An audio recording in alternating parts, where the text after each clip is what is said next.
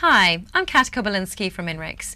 If you're planning a trip for the Independence Day holiday, you may not have as much traffic to contend with as you might expect. The INRIX scorecard, which analyses the most congested cities in the US from data collated from GPS-tracked vehicles, has shown a national drop in traffic congestion by almost 30% in 2011.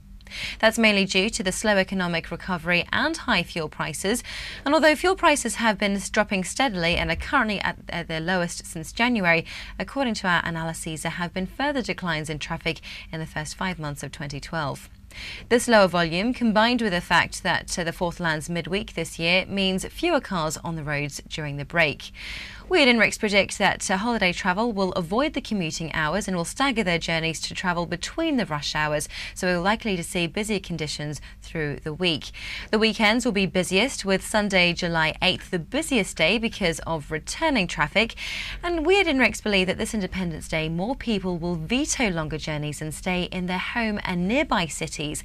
And it's these cities that host the most impressive fireworks displays, parades and other free events that stretch over the week and into the weekend that could cause more congestion than previous years.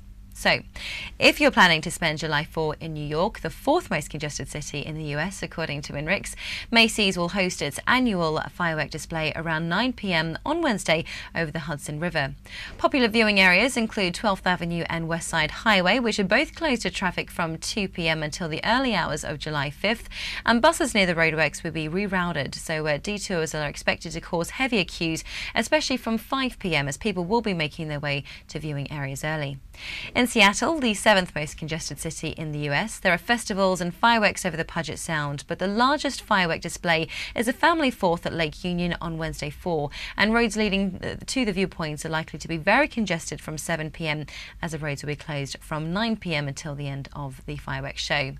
In Boston, the Harbor Fest is a multi-day 4th of July celebration featuring hundreds of events that attract more than 2.5 million people to visit the ninth most congested city in the US, and in particular to watch the firework display over the Charles River.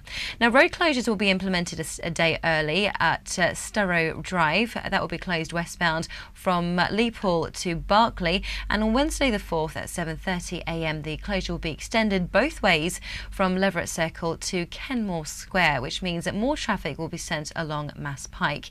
Traffic also won't be able to cross between Cambridge and Boston using the Longfellow Bridge after 4 p.m. or the Massachusetts Avenue Bridge after 6 p.m.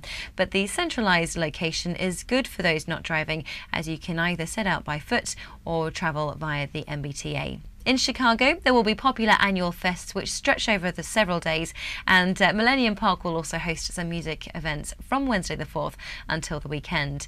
In the city of Chicago, there will be firework displays at Navy Pier from 9 p.m.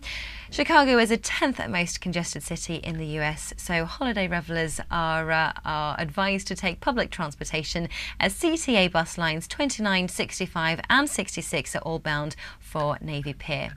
Now, for those of you planning journeys for this Independence Day holiday, whether or not you're staying in or you're heading out, remember to listen to the radio or news stations for details on how the roads are coping. Or, of course, you can download free predictive traffic apps such as INRIX Traffic and make sure that you're never late again.